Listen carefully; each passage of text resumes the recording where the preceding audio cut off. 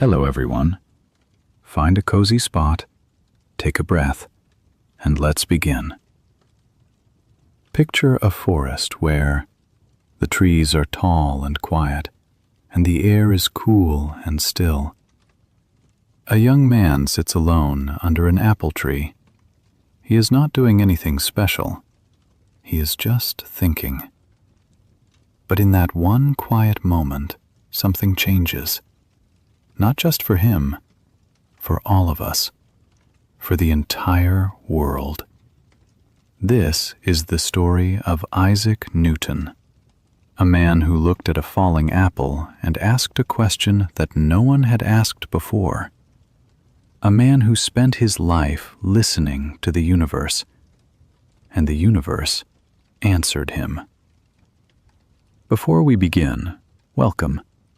This channel is a place where you can learn English through calm, beautiful stories. Real stories, true stories, stories that stay with you. So take a comfortable breath and let the journey begin. The year was 1642. The place was a small village called Woolsthorpe in the English countryside. The world at that time was very different from the world we know today. There were no computers, no electric lights, no cars. People worked on farms. They looked at the sky and wondered. They asked questions, but they did not always have answers. Into this world, on a cold winter day, a baby boy was born. His name was Isaac Newton. But Isaac did not arrive in the world in a strong or healthy way. He was very small. So small, in fact, that the people around him were not sure he would survive. His mother later said that he was tiny enough to fit inside a large cup. He came into the world quietly, gently, like a whisper. And yet, this small, quiet baby would one day change the way every human being understood the universe. There is something beautiful about that. The greatest minds often begin in the most unexpected ways. Isaac's father had already died before Isaac was born. So from his very first day, life was not easy for this small child. But even then, even in those first hard moments, something in him was already waiting.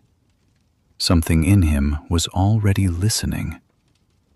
And the question is, what was it that he heard? Isaac Newton grew up in a quiet home with his grandmother. When he was 3 years old, his mother left to marry another man. She moved away, and Isaac stayed behind. He was a young child, and suddenly he was without his mother. This was a painful thing. It left a mark on him for many years. Isaac grew up feeling lonely. He did not have many friends. He was not the kind of boy who played loudly or laughed in big groups. He was quiet. He liked to be alone. He liked to think. While other children ran and shouted outside, Isaac sat in corners and made small things with his hands. He built little models of windmills. He made paper kites. He studied how water moved and how shadows fell. He was always watching, always wondering. When he went to school, he was not always the best student. In fact, for a while, his teachers did not notice anything special about him. He was quiet in class. He kept to himself. But inside his mind, something extraordinary was growing. He asked questions that other people did not think to ask. He looked at ordinary things and saw something deeper inside them. And perhaps the most interesting thing about young Isaac is this: he never stopped being curious. even when life was hard, even when he felt alone. He kept asking, kept thinking, kept discovering.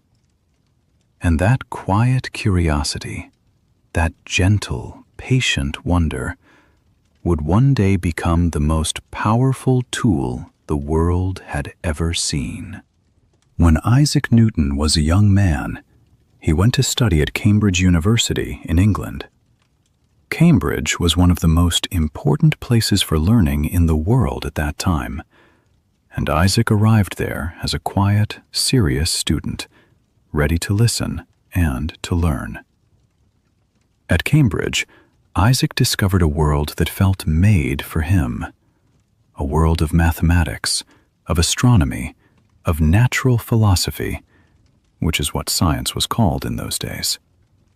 He read books by great thinkers like Galileo and Descartes. He studied the stars and the movement of planets. He sat for long hours in his small room, filling pages with numbers and ideas. For the first time in his life, Isaac felt like he belonged somewhere. But then, something unexpected happened. A terrible illness, known as the Great Plague, began to spread across England. Cambridge University was forced to close. Students and teachers had to leave the city and go home to stay safe. For most students, this felt like a terrible interruption, a pause in their education, a door suddenly closed. But for Isaac Newton, this moment became something else entirely. He went home to Woolsthorpe, to the quiet countryside where he had grown up, and there, far from the city, far from his professors and books, something remarkable began to unfold. In that stillness, in that small and simple place, Isaac began to think more deeply than he had ever thought before. And the questions he asked during those quiet months would change the course of human history forever. Isaac Newton spent almost 2 years at his home in Woolsthorpe while the plague kept the university closed. These 2 years, from 1665 to 1667, are now known as some of the most extraordinary years in the history of science. Isaac was alone. He had no professors to guide him, no classmates to discuss ideas with. He had only his own mind and the world around him. And in that deep, patient solitude, he made discoveries that no human being had ever made before. He began to study light. He used a simple glass prism and discovered that white light is not just one color. It is made of many colors together: red, orange, yellow, green, blue, and violet. When light passes through a prism, it spreads apart and shows its hidden colors. This discovery surprised the world of science, but Isaac did not stop there. He also began working on a new kind of mathematics, a method for understanding how things change and move. He called it the method of fluxions. Today, we call it calculus. It became one of the most important tools in all of mathematics. And then, perhaps most famously, Isaac turned his attention to the sky. He watched how objects moved. He thought about the moon, about the planets, about why things fall to the ground. Slowly, carefully, patiently, he began to put together an idea so large, so clear, and so true that it had been waiting for centuries for someone brave enough to find it. And that idea had a name. It was called gravity. There is a story that almost everyone in the world has heard. It is the story of Isaac Newton and the apple. One afternoon, Isaac was sitting in the garden near his home in Woolsthorpe. The air was still. The trees were calm. And then, from a branch above him, an apple fell. It fell down, as all apples do, straight toward the ground. Most people in the world had seen apples fall. Most people had never thought deeply about it. But Isaac was not most people. He looked at that falling apple and asked a question. Why did it fall down and not up? Why not sideways? Why always toward the earth? He knew the answer was not simple. Something was pulling the apple. Something invisible. Something powerful. And if something was pulling the apple toward the earth, then maybe, just maybe, that same force was also pulling the moon, pulling the planets, holding everything in the universe together in its place. This was the beginning of his theory of gravity, the idea that every object in the universe pulls on every other object, that the same force that brings an apple to the ground also keeps the moon moving around the earth, and the earth moving around the sun. It was a beautiful idea, simple and enormous at the same time.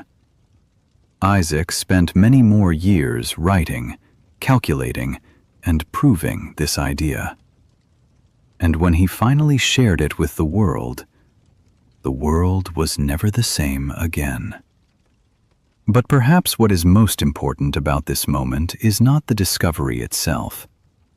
It is the fact that Isaac was paying attention. He was listening to a simple apple, to a quiet afternoon, to the soft voice of the universe. When the plague ended, Isaac returned to Cambridge University. He was a changed man. Those quiet months at home had given him a depth of thinking that few people in the world could match. He returned not as a simple student, but as a thinker, already full of revolutionary ideas. He became a professor at Cambridge at only 26 years old. This was a rare and extraordinary achievement. As a professor, Isaac continued his work. He built the first reflecting telescope, a new kind of telescope that used mirrors instead of glass lenses to see the stars. This was another important step forward in science. Astronomers across Europe were amazed. His reputation began to grow. Scientists and mathematicians from many countries wanted to know more about this quiet, serious man from England. But Isaac was still not ready to share all of his ideas with the world. He was cautious. He liked to think slowly and carefully. He did not want to publish his discoveries until he was absolutely certain. For many years, he kept his greatest work to himself, filling notebooks, making calculations, refining every detail. And then, in 1687, after years of quiet preparation, he finally published a book. A book that would become one of the most important books ever written in the history of human knowledge. It was called Philosophiae Naturalis Principia Mathematica, or, as it is often simply called, the Principia. Inside that book were the laws of motion and the theory of universal gravitation. Simple, clear, and true. And the world of science was changed forever. The Principia was not an easy book to read. It was written in Latin and filled with complex mathematics. But the ideas inside it were clear and powerful. Isaac Newton described 3 laws of motion that explained how all objects move. The first law said that an object stays still or keeps moving in a straight line unless something pushes or pulls it. The second law described how force, mass, and movement are connected. The third law said that for every action, there is an equal and opposite reaction. These 3 laws, together with the theory of gravity, explained something extraordinary. They explained almost everything that moves in the physical world. The motion of planets, the rise and fall of ocean tides, the path of a thrown stone, the orbit of the moon. For the first time in human history, the universe was not a mystery. It was a system, a beautiful, ordered, mathematical system. And one man, thinking quietly in a small room, had described it. Scientists across Europe read the Principia with amazement. Some said it was the greatest achievement of the human mind. Isaac Newton had done something that seemed impossible. He had looked at the world, asked the right questions, thought deeply and patiently, and found the hidden rules that the universe follows every single day. And the lesson in this moment is simple and important. The universe does not hide its secrets from those who are not curious. It hides them from those who never stop to look. Isaac Newton always stopped to look. And that made all the difference. Isaac Newton was one of the greatest minds the world has ever known. But he was also a human being, and, like all human beings, he was complicated. He was not always a warm or easy person to know. He had few close friends in his life. He was serious, private, and sometimes stubborn. He did not enjoy arguments, but when his ideas were challenged, he could become very defensive. There was a long and painful disagreement between Newton and another great mathematician named Gottfried Wilhelm Leibniz. Both men had independently developed the same ideas about calculus. But instead of celebrating this parallel discovery, they argued about who had done it first. The argument lasted for years, and it caused great unhappiness for both of them.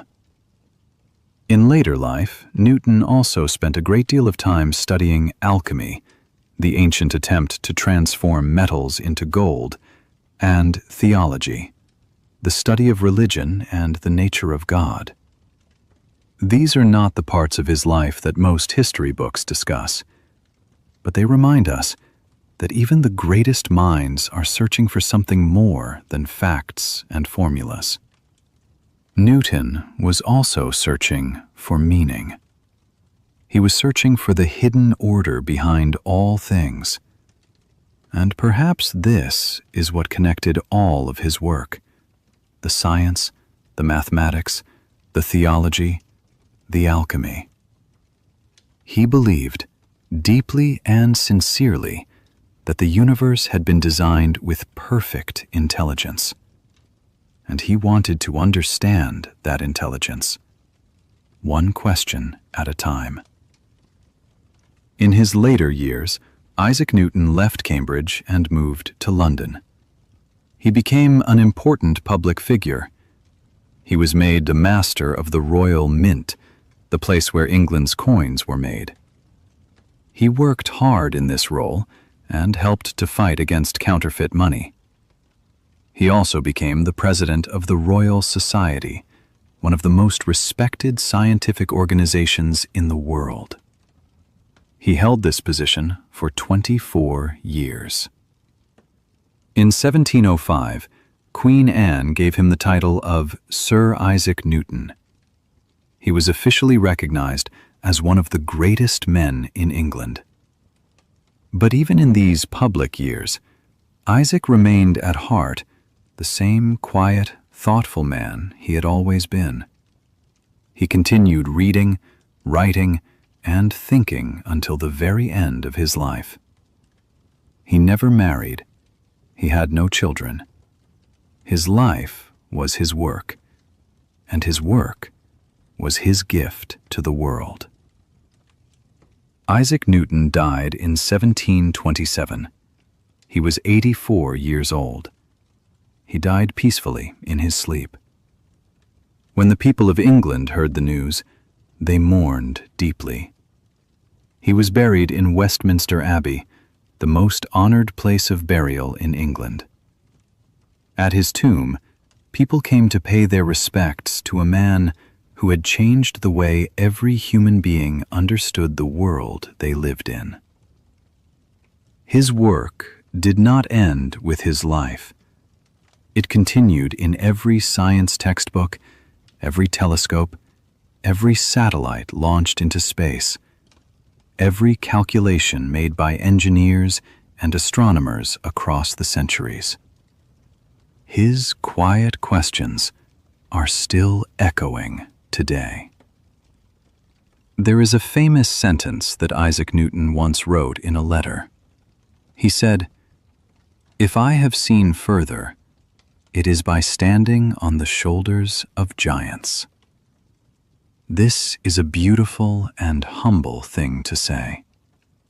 He knew that his discoveries were built on the work of others, on Galileo, on Kepler, on Descartes, on all the thinkers who came before him.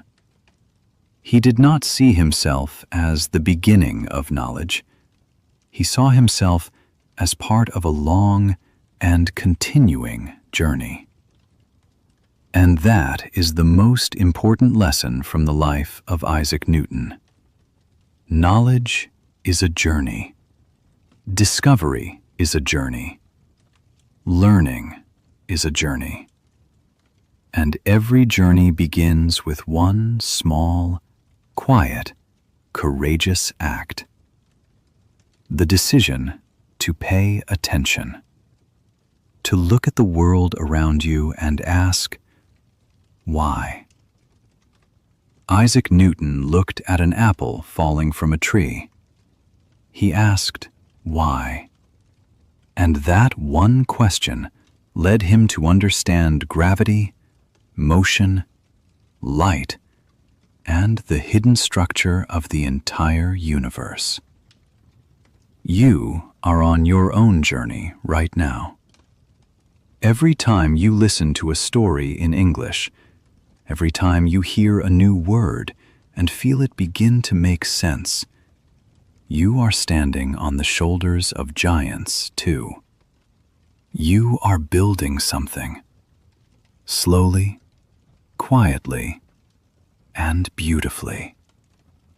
So keep going, keep listening, keep learning. And this is a place made for you. If today's story about Isaac Newton moved you or taught you something new, please leave a comment below. Tell us which moment stayed with you. And if you want to continue this journey, our next story is already waiting for you. Thank you for being here.